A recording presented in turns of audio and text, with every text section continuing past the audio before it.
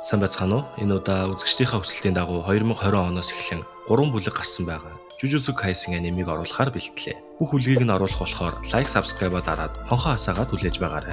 Баярлалаа.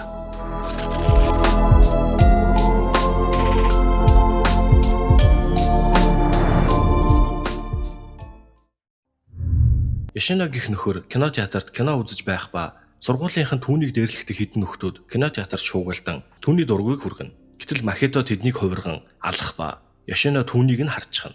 Кинотеатраас гүйн гарч Махито гүйцэн ирээд түүний хийсэн биз дээ гэхэд чи намайг харж чадаж байгаа юм уу гин.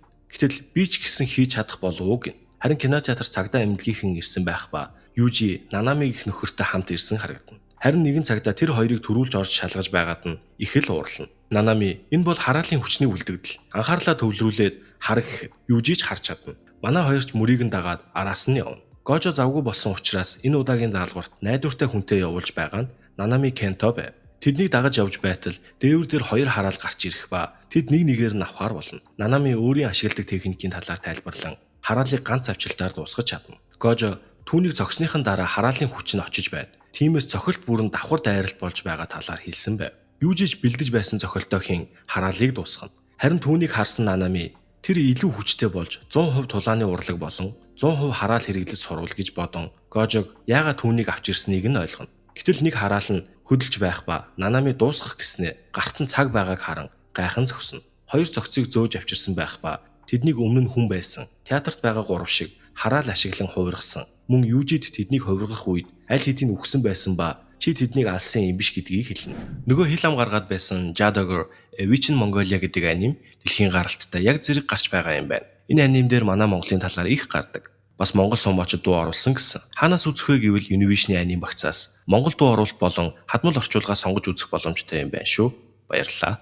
Харин Махито Yoshino-г муу усны хоолой дагуулж ирсэн байх ба хараалууд хүмүүсийн айдас төсөөлөл зэргээс үүсдэг талаар хэлнэ. Махитог юуны хараал болохыг асуухад би бол хүмүүсийн бие биенээ үзен ядах айх айцаас үүссэн хараал гэв. Харин энэ үед Нанами Махитогийн мөрөөр явхаар болж Южи кинотеатрт байсан Yoshino Junpei шалгахыг даалгаснаар Ижичитэй хамт явна. Манай хоёрч түүнийг олж ирэн араас нь дагцгаан. Жижиг хараал авчирсан байх ба түүн рүү дайруулан ямар хариу үйлдэл гаргахаас нь шалтгаалan аварна эсвэл барина гэв. Харин Нанами Махитог олж ирсэн байв. Илүү цаг ажилламааргүй байгаа болохоор хурдан дуусгахыг гэснээр түүн рүү шууд л дайрна.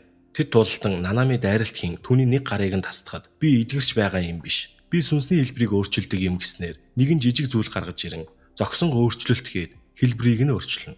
Харин Yoshino дээр багш нь ирэх ба хичээлээ таслаад байж болохгүй. Найзуудынхаа оршуулганд ч очихгүй. Тэд чамайг харж ханддаг байсан биз дээ гэх мэт зүйл ярин түүний уурыг хүргэн. Гэтэл гинэт Южи үсрээд гараад ирэх ба ярилцах юм байна гэхэд багш нь саад болоод байхаар нь өмдөг нь шувтлаад аваад зүгчхна. Тэгснэ нөгөө талаар нь тойрч ирээд явцгаая гин. Харин Нанами Махитотой тулалдан Махито түүний зэрэглэлийг асуухад нэгдүгээр зэрэглэл гин. Махиточ туршилт хийхэд яг тохирох юм байна гэж баярлана. Гинэт хурдаа нэмэн түүний биед хараа шингэн дахиад 2-3 хүрчихвэл хүн байхаа болно гэв. Нанами түүний дайралтуудаас болцсаар 6 цаг болох ба түүний хараалын хүч гинэт нэмэгдэн одоо би илүү цагаар ажиллах гэж байна гин. Өөрийнхөө техникийг 7-3 харьцаатай шугам татаж дайрдаг ба зөвхөн урт өргөнөөр нь бус толгой цээж гар шуу гэх мэт бүх шулуунаар нь шугам татаж чадна. Дээрээс нь эд зүйлсэд ч нөлөөлнө гэв. Нанами юу хийх талаараа бодсоор хан руу дайралт хийн. Махиточ түүний хүчтэй дайралтыг харан баярлана. Гэтэл гинэт Нанами түүний хөлийг тастан би одоохондоо ухарлаа. Амьд үлдвэл дараа дахин уулзъя гэд явхад ханы нуран Махитогийн дээрээс нуран унана. Харин Yoshino-д эргүүлэгтэд овчтой сурагчтай тааруул эвтэй байгаарай гэж загсан байв. Южи түүнээс кинотеатрт болсон хэргийн үеэр ямар нэг зүйл харсан уу гэж асуухад үгүй би ийм зүйл саяхнаас харж эхэлсэн гэв. Манай хоёрч түүний кинотеатрт үзсэн киноны талаар ярилцсан суух ба тэдний Гетоо ажиглаж байгаа харагдана. Yoshino-гийн ээжтэй тааралдах ба Южиг хамт хооллохыг өрнө. Харин Yoshino түүнд дургүй байв. Гетоо Махито дээр ирэхэд нуранган нундаас гарч ирэн түүнээс их зүйл сурч авлаа гэж их л баярлана. Харин Нанами шархатсан харагдана. Ижичитэй холбогдсон ирж авахыг хүснэ. Мөн түүнийг аль болох хурдан ариусгахгүй бол олон хохирогч нэмэгдэнэ гэж бодно. Южиш тэдэнтэй хооллон хөгжилтэй байгаа харагдана. Ээж нь унтаад сэртэл аль хэдийн шүн болсон байв. Гэтэл ширээн дээр нь Сукунагийн хуруу байх ба ард нь нэгэн хараал ирсэн байв. Манай хэд Сукунагийн хуруун татагдан ирсэн хараал ээжийг нь алсан гэж таамаглана. Yoshino-гийн сургууль дээр Гетоо Махитонаар хөшиг татна. Энэхүү хөшгөн дотор байгаа хүмүүс гарч чадахгүйж гаднаас орж ирэх боломжтой гин. Махито Yoshino болон Южи нарыг сүргэлдүүлж Сукунатай гэрээ хийлгэх санаатай байв. Заалан дахь сурагчид бүгд ухаан алдан унсан харагдана. Багш нь сандран зогсдол Yoshino ирэн тэд үхээгүй гэж хэлээд өөрийг нь дээрлэхдэг байсан нөхөр дээр очин чи манад үүнийг үлдээсэн үг гэхэд түүний биеэр нэгэн зүйл туурч Yoshino түүнийг зохиж унган зодно. Нанамиг муу усны хоолой дахин ирэхэд хэлбэр нь алдагдсан хараалуудаар дүүрэн байв. Тэнтхийг хамт ирсэн Ино гэх нөхөр даатхан явна. Харин ижи чи Южиг явуулахгүй гэж эсэргүүцсэн ч түүнийг зөрөн явна. Түүний зааланд орж ирэхэд Yoshino нөгөө нөхрийг хараал ашиглан өргөсөн байгаа харагдана. Чи юу хийгээд байгаа юм гэхэд чамд хамаагүй хол бай гэв. Тэд ч хоорондоо тулалдан Южи дайрахад Yoshino далайн залхаг ашиглан хамгаална. Түүний техник нь хор ашиглах байв. Махито техникээ ашиглан түүнийг шууд тулдах боломжтой болгосон байв.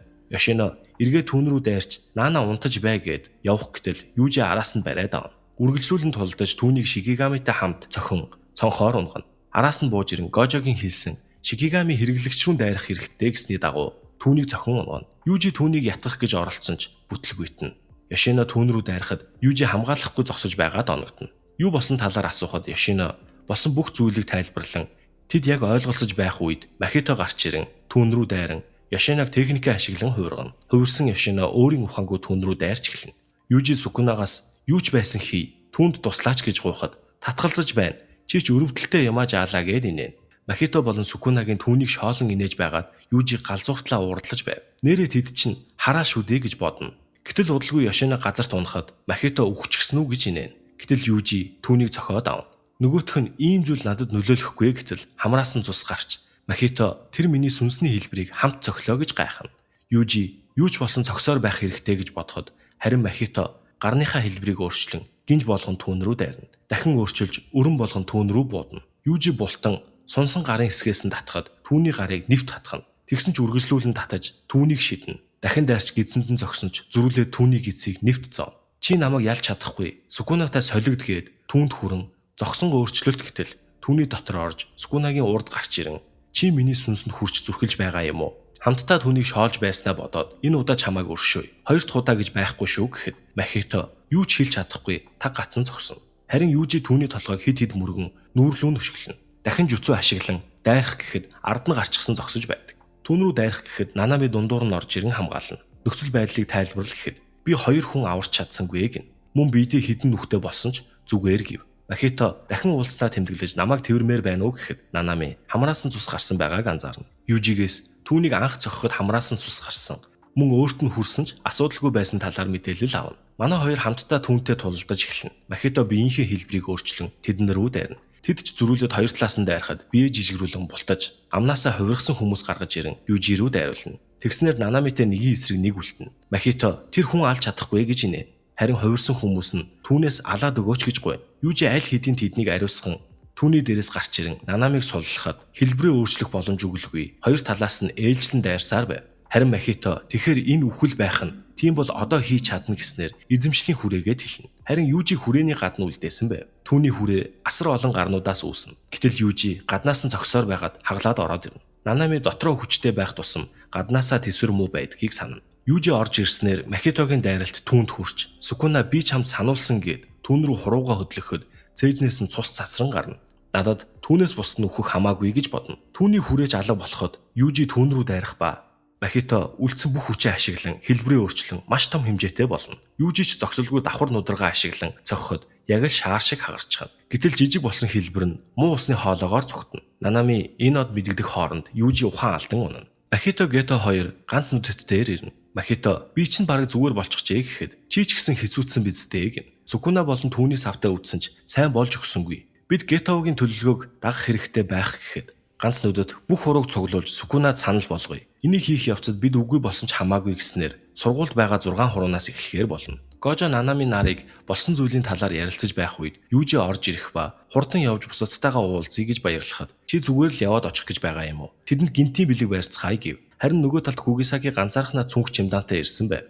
Яагаад ийм их ачаатай ирснийг нь асуухад Кёто явж солилцооны арга хэмжээнд оролцсон биз дээ гэтэл Кётотой хийх солилцооны арга хэмжээ Токиод болно. Өмнөх жил нь ялсан сургуулийн хотод зохиогддог гэхэд яах гэж ялсан юм гэж уурлана. Өнгөрсөн жилийнхэд нь тэдний хинэн ч оролцож байгаагүй ба Окоцу Ютагаас болж хит тавамгаа ялсныг нь л мэднэ гэв. Кётогийн хэд ч ирж "Май бидэнтэй мэдлэх гэж ирээ юу? Агууц сүрмээр юм" гэж үднэ. Тэд муудалцаж байх ба нэгэн эмэгтэй гарч ирэн тэр тэнэг хаана байна гин. Панда Гожо хоцорч байна гэхэд Маки тэр тэнэг цагтаа ирнэ гэж байхгүй гэв. Гэтэл Гожо тэрэг түрчгсэн хүлээлгчглээ гэсээр ирнэ. Кётогийн хідэд хамгаалах сахиус өгөн Токиогийнхонд энийг гин. Гэтэл хайрцаг онгойн дотроос нь Южи гарч ирнэ. Манай хоёрч хачин царайлан тэдний хинэж баярлаж байгаа харагдахгүй байв. Харин Кётогийн хід бэлгэндээ анхаараа тоодоггүй. Ганц Кётогийн захирлал гайхаж байгаа харагдана. Гожоч таныг цочирдоод өччихвэл яана гэж санаа зовж байлаа гин. Харин Кугисаки хэлэх зүйл байна уу гэхэд амьд гэдгээ хэлээгүйд уучлаарай гэв.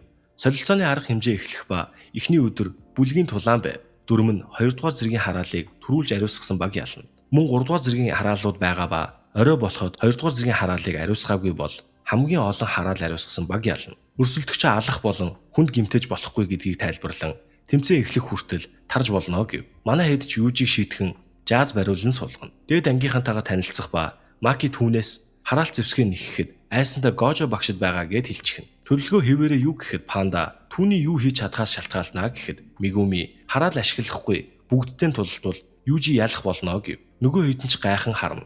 Харин нөгөө талд Кётогийн захирал Итадориг Южиг ал гэж сурагчдаа захихад Тодо надад хамаагүй утгагүй зүйлээ өөрсдөө хийцгээгээд явна. Үлдсэн хэд ч яаж түүнийг алах талаар ярилцсан үлдэнэ. Гожоч Кётогийн багшид сургуульд хараалтай хамтарч байгаа нэгэн байна гэхэд тийм байх боломжгүй гэж гайхна. Сүүлийн үед хүний яриаг ойлгодог хоорондоо хамтарч хөдөлдөг хараалууд ихсэж байна. Кётогийн хүмүүсийг чамд даатгамаар байна гэхэд би уруугч байвал яах юм гин. Чи сул дорой бас аймхаа болохоор боломжгүй гэж хэлээд түүнийг уурлуулна.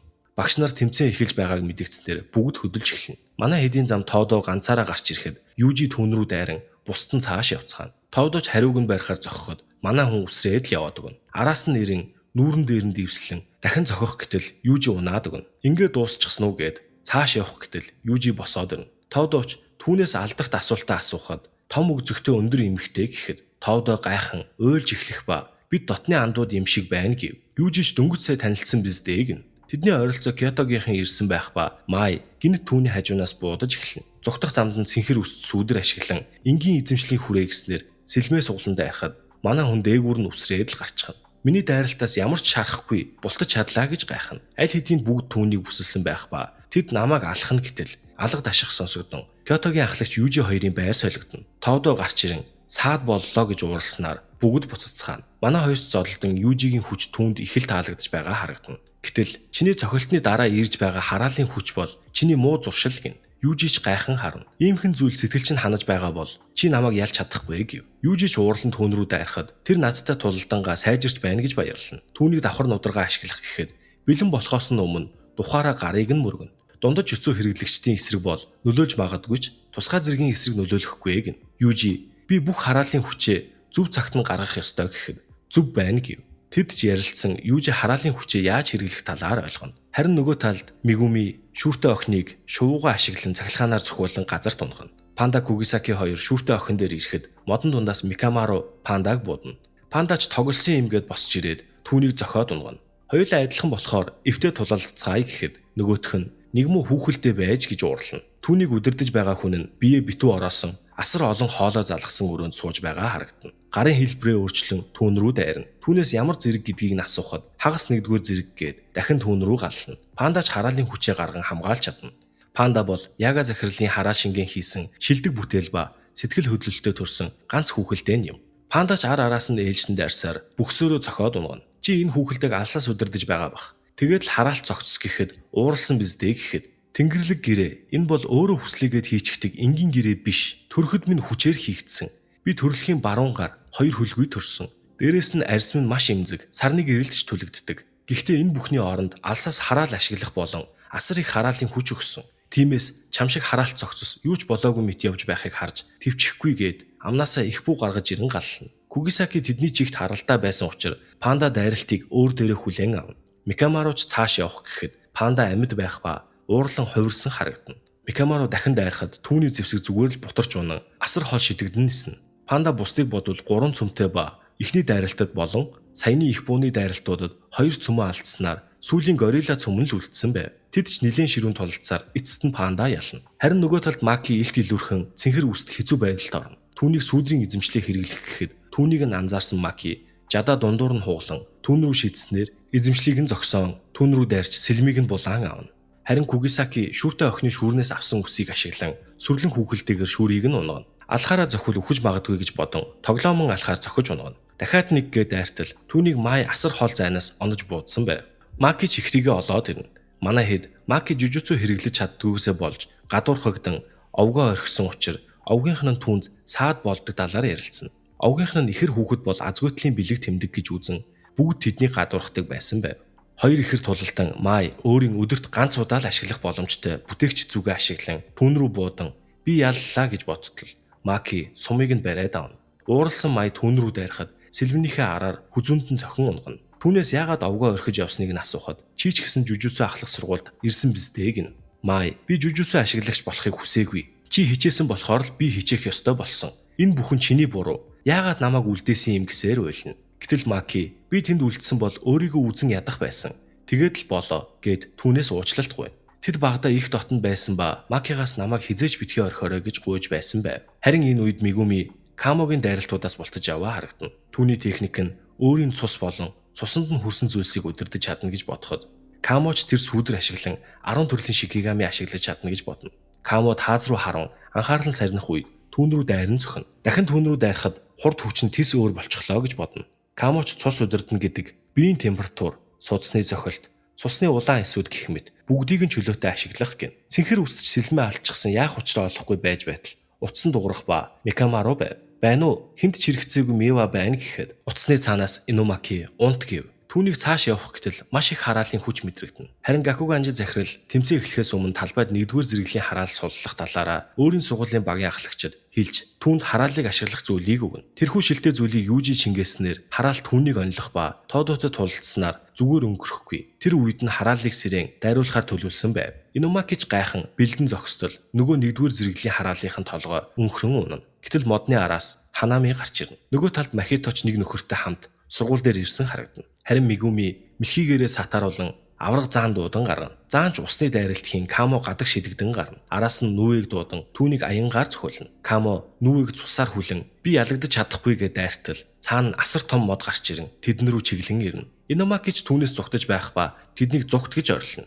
Багш нарын байрлсан газар талбайд хараалууд бүгд нэгэн зэрэг устсан гэж харагдахад бүгд гайхан харна. Тэд ч сурагчдыг хамгаалахаар бүгд тал тийшээ тарцгаана. Махитотой хамт ирсэн халдсан газарт нэгэн гац зон хөшиг үүсгэн. Сурагчдыг хамгаалахаар явж байсан Гожо, Иори, Гакуганжи нар хөшгөнд тулж ирээд зогсно. Гожо хөшгөнд хүрэхэд гарын түлэгдэн орж чадахгүй байв. Гэтэл Иори зүгээр нэвтэрч чадаж байгаа харагдана. Гожо энэ зөвхөн надад зориулсан хөшиг байна. Та хоёр төрүүлээд яв гин. Тэднийг орж ирэхэд халзан гарч ирэн Гожо Саторо хаан байна. Тэр тэнэг лам намайг хуурчлаа гэж уурлана. Үгүн ч Иориг төрүүлээд яв. Аль болох тулдах хэрэггүй гэж захихад халзанч ядаж наад эмхтэйгээ үлдээ. Хөгшин өвгний хугархаа яс үрчгэр арьсаар би яах юм гин. Нөгөө гурав дээр Ханами ирсэн байх ба Мегуми Гожод мэдэгдэх гэтэл Ханами тэдэн рүү дайран утсыг нь эвдэнэ. Инумаки битгий хөдөл гэж зогсооход Камо цус ашиглан дайрч Мегуми хөлийг нь цавчих гэсэн ч түүнд аль нь ч нөлөөлдөггүй. Харин Ханами болцохоо тэнэг хүүхдүүд минь гэхэд нөгөө хэд нь гайхан зогсцгоо. Тэд Инумаки зогсон нөгөө хоёр нь түүн рүү дайралтхийн ухарж явсаар багш нартайгаа нийлэхээр ярилцсан байв. Нүүэг явуулан Инумаки зогс гэж хэлэх гэсэн ч хэлж чадалгүй цусаар бөөлжин унана. Мегуми сандран зогсдол Инумаки босч ирэн Ханамигийн өөдөөс явна. Ойртон очоод дэлбэр гэхэд цааш шидэгдэх ба өөрөө дахин цусаар бөөлжин унана. Тэрхүү дайралт нь бас л нөлөөлөөгүй байв. Маки түүний дээрээс дайрах ба гараараа хаан сэлвэн хугаран унана. Харин Мегуми нүүрэн дээрх нэг модыг нь цавчиж чадна. Маки өөр нэгэн зэвсэг гаргаж ирэн түүн рүү дайрахад маш хол шидэгдэн явна. Тэд ч зэвсгээ солилцсон түүн рүү ээлжлэн дайрна. Гэтэл Мегумигийн цээжинд модны үндэс зоогдсон байв. Харин Макиг модороо хүлэн барьж авна. Гэтэл тэдний дундуур Южи Тодо хоёр ороод ирнэ. Маки Мегуми хоёрыг пандад өгч явуулаад өөрсдөө тулалтахаар үлдэнэ. Южи ярьж чаддаг юм уу? Та нар дунд нөхөөстэй царайтай хүн дүрстэй хараал байгаа юу гэхэд байгаа бол юу гэж гин. Южи ч уурлан шууд л түүн рүү дайрч эхэлнэ. Хар гэрэл ашиглах гэсэн ч Ханами бултаж чадна. Гэтэл Тодо түүнийг алгадан уурандаа хараалаа удирдах чадалгүй ялагдах гээ юу гэд дахин алгадана. Одоо дими бодлууд чинь алга болсон уу гэхэд тийм ээ баярлалаа анд минь гин. Южигийн ашиглах гэсэн хар гэрэл нь секундыг 1 их 80 хуваасантай тэнцэх хугацаанд хараалын хүчний дайралтаас үүсэх орон зайн гажуудал ба энгийн дайралтаас хамаагүй хүчтэй. Мөн үүнийг байнга хэрэгэлдэг жужуцу хэрэглэгч байдаггүй. Зөвхөн хэрэглэж үзсэн хүмүүс л ойлгох зүйл байв. Южиж хар гэрлээ ашиглах ба түүнийг харсан Тодо баяртай байгаа харагдана. Ханамич буцаж хэвэндээ орон та нартай бүх хүчээрээ тулдах хэрэгтэй юм шиг байна гэснээр тэдэн рүү дайрна. Манай хоёр ч түүний гаргасан модон дээгүүр дайралтуудаас нь болтонгүйсээр хоёулаа нийлэн түүнийг зөхнө.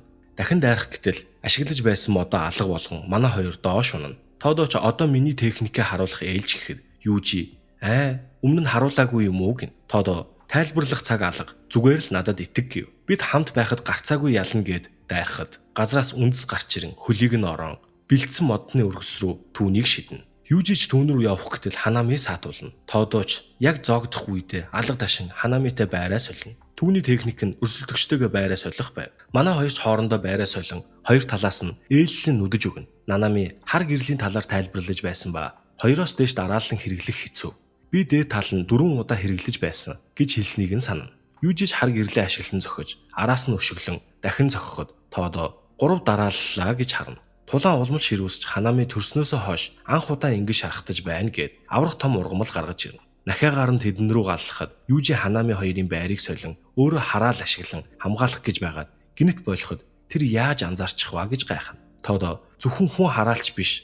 Тодорхой хэмжээний хараал агуулж би бүх зүйлстэй солигдох боломжтой ба тулдаж эхэлсэн цэгт ойртон ирэхэд Южиг Макигийн зэвсгээр солин түүнийг зохино. Тусгай зэргийн хараалт хэрэгсэл ашиглаж байхад түүнийг ялж чадсангүй гэж гайхахад Ханами ойр хавийн мод ургамлын амьдралыг өөртөө шингээн хараал болгон хувиргана.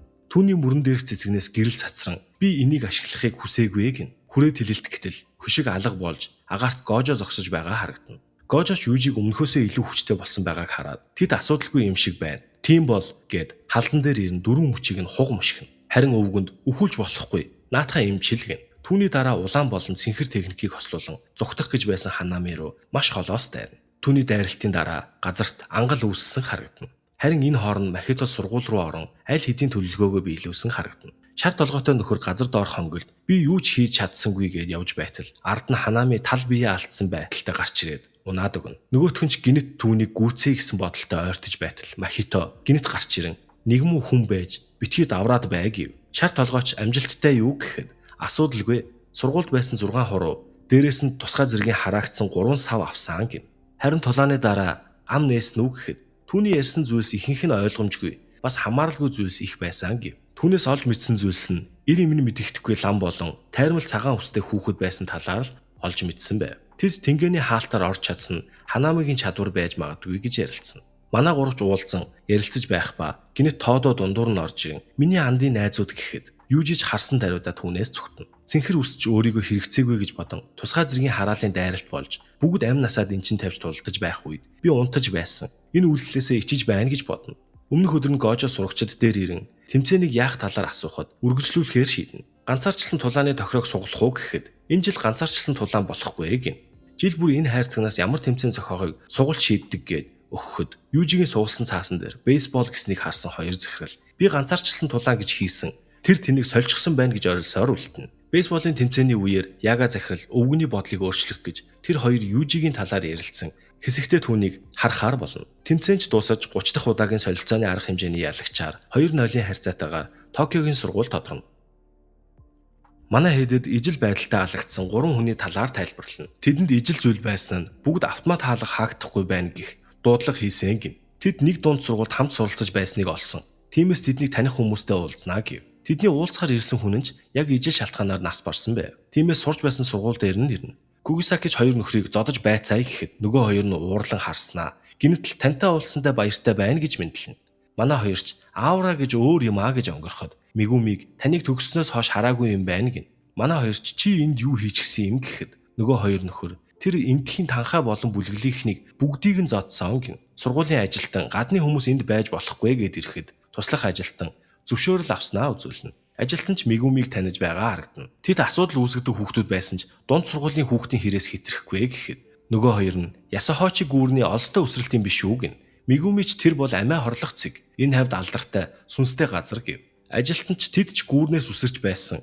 Нэг удаа хичээлээ таслахад нь гэрийнхэнтэй нь холбогдсон ч гэртээ очиагүй байсан. Тэгээ бөөн юм болж тэдний гүүрний доороос ухаангүй байдалтай олсон. Харин тэд юу ч санахгүй байсан талаар хэлнэ. Харин нөгөө талд Махито сургуулиас сулгаалсан тусгай зэргийн хараалыг нэгэн хүний аманд хүчээрхийн хараал болгон хувиргана. Манай хэд ч гүүрэн дээр ирж шалгасан ч с ิจ гтэй зүйл байсангүй. Яах талаар ярилцаж байгаад үсэрч үзэх хэрэгтэй байх гэхэд Южиг үсрүүлээд үзчихсэн гин. Гэтэл сургууль дээр байсан нөхөр нэг охин дагуулan ирнэ. Тэр бол миний ихч гэхэд ихч нь тэдний үхс нь гүүртэй холбоотой. Би ч бас очиж байсан гин. Туслах, чамд ямар нэгэн зүйл тохиолдсон уу гэж асуухад манай ажилуулдаг дэлгүүрийн хаалга зөвхөн намайг очиход л онгорхой байдаг гэж айд сандарсан байдалтай хэлнэ. Туслагч энэ бүхэн гүүртэй холбоогүй болохоор айд сандрах хэрэггүй. Гүүрлүү хинтээ явж байсныг нь асуухад Цүмикитэй явж байснаа хэлэхэд манай хоёрч Мегумигийн их чүү гэж гайхах ба Мегуми юу ч болоогүй мэт түүнээс асууя гэж хэлсэн ч тэднийг явсны дараа айд сандран зогсож байв.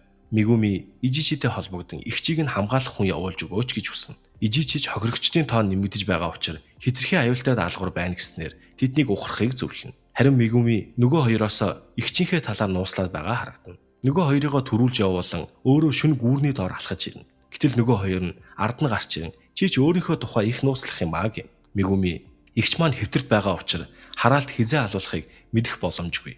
Тиймээс хараалыг хурдан ариусгахыг хүсэж байна гэхэд анхнаасаа л ингэж хэлчихгүй гэцгэн. Хаалт руу нэвтрэхэд урсаж буй гол их утга учиртай гэснээр гуруула хамт үсрэн гарна. Гэтэл хаалт руу орж ирэхэд Махитогийн хувиргасан хараал тэднийг хүлээж байв. Юужи тусгай зэргийн хараалтай тулдах ба түүний техник нь цус ашиглах байна. Хананд наалсан цус нь түлж байгаа мэт ууршиж байгааг хараад хор юм болов уу гэж бодно. Харин нөгөө талд Кугисаки Мегуми хоёр ханнаас гарч ирэх сохор номин шиг хараалыг устгаж байгаа харагдана.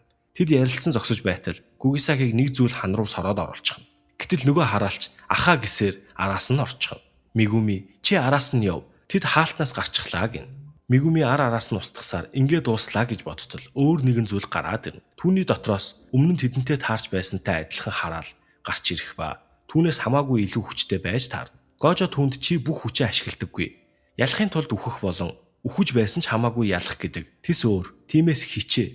Илүү шуналтай бай гэж хэлж байсныг нь бодон сэрэхэд хэсэг зур ухаан алдсан байв. Мегуми ч босч ирэн би хийх болно гэхэд хараал хоош ухрана. Эзэмшлийн хүрээ Химерагийн сүүдрийн цэцэрлэг гэснээр бүрэн бусч гисэн хүрээгээ үүсгэж чадна. Тэд ч тулалдан хажуугаар нь Шикигамига дуудан түүн рүү дайруулахад хараал хүчтэй дайралт хийн хүрээг нь алга болгоно. Гэтэл тэнгэрлэг нохоогоор түүн рүү дайруулснаар устгаж чадна. Хараалын үүсгэсэн хаалт чайралж Мегуми унаад өгнө. Тэднийг баг байхад нь аав болон аавтай суусан Цүмикигийн ээж нар нь хоёуланг нь үлдээгээд ор сурггүй алга болж байсан байв. Гожо түүн дээр ирэн аавыг нь Зенин гих алдартай овгийн жижүүсүү хэрэглэгч байсан. Тэрхүү гэр бүл зарагдах гэж байсныг нь болиулсан. Мөн амьдрах зардлыг нь сургуулаас гаргуулах гэх мэт зүйлсийг хийж өгч байсан байв. Кугисакитэй тулдаж байсан хараал хаалт арилахыг анзааран Сукунагийн хурууг авахар явах гэтэл ард нь Южи нөгөөдөгтөө тулдаж байгаад гарч ирэхэд нурууг нь харчихлаа гэж уурлан цусан далавч гаргана. Тэдэн рүү цусаар дайран манай хоёрч зүгтцгаана. Кугисакиг унахад Южи түүнийг тэврээд цааш зүгтэн. Хараал түүнийг хүн тэвэрчгээд ямар хурдан юм бэ гэж гайхна. Кугисаки сайн байлаа гэтэл нэг нь аль хэдийн ирчихсэн цус цацах ба Южи урдуур нь орж өөрөө цусанд нь түлхтэн. Гэтэл нөгөөх нь ч ирсэн байх ба Кугисаки руу дайрна. Ялзалтын техник гэхэд тэдний түлэгдсэн хэсгүүдэд юм туурах ба та нарыг өөхөх хүртэл ялзралт явагдах болно гэд Южиг 15 минут харин Кугисакиг 10 минут л тэснэ гэв. Мэйжи 90-ний ихэнх үед хараалын хүүхдийг тээх чадвартай эмэгтэй байсныг түүхэнд хамгийн муу жужуцу хэрэглэгч гэж бичигдэн үлдсэн Камо Наруташи 9 удаа жирэмслүүлсэн ч бүгд зулбаж байсан байв. Тэдгээр хараалт ургуудын 3 нь энэ хэд ба Махито амьлуулсны дараа хоорондоо ярилцсан хараалуудын тал зогсохоор шийдсэн байв. Кугисаки та хоёр хүчтэй юм. Гэхдээ надтай хамгийн таарамжгүй юм гэснээр сүрлэн хүүхэлдэйн техник гээд өөрийнхөө гарт хадаас зоотол ах トゥ хоёр хараалд хоёуланд нь ижил өвдөлт мэдрэгдэнэ. Дахин нэг хадаас зооход зэрэгцээд Южи дүүгэн зохино. Кугисаки тэр хоронд тисвэртэй ийм хэмжээний хор түүнд нөлөөлөхгүй гэж бодно. Южиж араас нь ээлжлэн зогсоор хоорондоо солигдсон ах руу нь гүйнэ. Ахын ч тэднийг ялзарч өөхөх хүртэл жоохон л тэсгэд болно. Тиймээс жүцүүгээ суллаж болохгүй гэж бодтол дүүн ахаа гэж дуудахад шууд л жүцүүгээ сулчихна. Хоёул хоёр талд тэдэн рүү дайралт хийх ба Южи хар гэрлээ ашиглахад нэг гараа алтна. Харин дүүн газарт унсан байх ба Кугисакигийн араас орилон босч ирэхэд хурууга дуугарган үсний хавчаар гиснээр дуусгана. Түүний бие алга болохгүй байгаад гайхан энэ бие мах бодиттой юм байна гэж бодно. Гэтэл тэдний дундуур машин хурдтай явж өнгөрөхөд ах нь аль хэдийн машин дээр гарчихсан байв. Машиндх нэг нөхрийг барьцаалан хурдан яв гэж сүрдүүлнэ. Южиж хойноос нь хөөжгүйсээр нөгөө талд Кугисаки тасарч унсан гаранд нь сүрлэн хүүхэлтэйгээ ашиглан хадаас зооно. Түүний биед ч хоёр том хадаас зоогдсон машинаас унах үед нь Южи хар гэрэл ашиглан зогсноор түүнийг дуусгаж чадна. Харин энэ үед тэдний том ах Чосон дүү нараа өгснийг мэдэрнэ. Туслах ажилтан ч тэдэнтэй холбогдож чадахгүй боож өгтлээ уурлана. Манай хоёр ч явсаар Мегуми дээр ирэн үхчихсэн байна гэж бодлоо. Сукунагийн хуруу бариад унтаж байдаг гин. Мигүми ч хурууг хамгийн гайгүй байгаа болохоор чамд өгье. Идэж болохгүй шүү гэд түүнд өгөхөд түүний алган дээр Сүкунагийн ам гарч ирэн шууд л залхичихна. Юу жиж сонирн болж өөрчлөгдөн хальт Сүкуна гарч ирэн буцаад хэвэндээ орно. Гэтэл туслах ажилтан тэднийг олоод ирчихсэн их л уурлаж байгаа харагдана. Jadogger Evichen Mongolia гэдэг шинэ аним дээр Монголын талаар их гардаг. Бас монгол сумаачид маань дуу оруулсан гэсэн. Та нар маань үзхийг хүсвэл Univision аним багцаас монгол дуу оруулалт болон хадмал орчуулгаас сонгож үзэх боломжтой шүү. Баярлалаа. Мигуми Кугисакид түүнээс болж хараалууд сэрж байгаа талаар битгий хэлээрэй гин. Харин нөгөө талд Сүкуна чи намайг залгиснаас болж миний тарсан сүнснүүд сэрсэн. Чамаас болж хүмүүс үхэж байна гэхэд Мигумид битгий хэлээрэй гэв. Харин Киотод Мэмэ болон Тоодонаар захиралтай хандан Маки Панда болон манай гурвыг нэгдүгээр зэрэгт оруулах санал өгнө. Ийхүү анимны маань эхний улирал дуусаж байна. Дуустал нь үзсэнд маш их баярлалаа. Бичлэг маань таалагдсан бол лайк, subscribe дарж дэмжээрэй. Удахгүй дараагийн улирлаар иргэн уулзъя. Хонхоо асаагаад хүлээж байгаарай. Баяртай.